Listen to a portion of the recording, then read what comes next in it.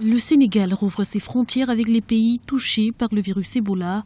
Une décision du ministère de l'Intérieur en réponse aux recommandations de la CEDEAO qui a récemment demandé la levée des restrictions de mobilité avec la Guinée, le Libéria et la Sierra Leone.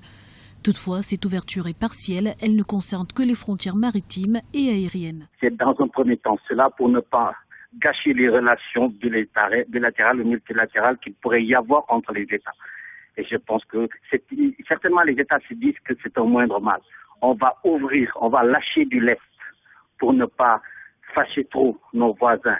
Et quelque part, je pense que c'est une demi-mesure que le Sénégal peut prendre là en se disant finalement, on ne va pas fermer hermétiquement les frontières, on va tolérer, comme le font déjà un certain nombre de pays. Reste donc la question épineuse de la frontière terrestre avec la Guinée. Celle-ci reste fermée et ce jusqu'à nouvel ordre.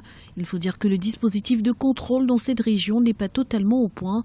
Avec une réouverture de la frontière, la direction de la santé sénégalaise craint un afflux de personnes infectées vers les unités spécialisées de Dakar. Il y a un moindre mal à contrôler les allées et venues au niveau des frontières aériennes plutôt qu'au niveau peut-être des frontières terrestres, là où pratiquement il y a apparemment plus de risques. Les États disposent, je pense, d'un certain nombre d'arsenals susceptibles de les aider de contrôler à l'aéroport. Il y a beaucoup, je pense, moins de problèmes que la porosité qu'on pourrait voir au niveau des frontières terrestres. Il n'y a pas véritablement de contrôle ni de matériel nécessaire. Si le Sénégal ne compte aucune victime, l'épidémie d'Ebola a tout de même ravagé son économie.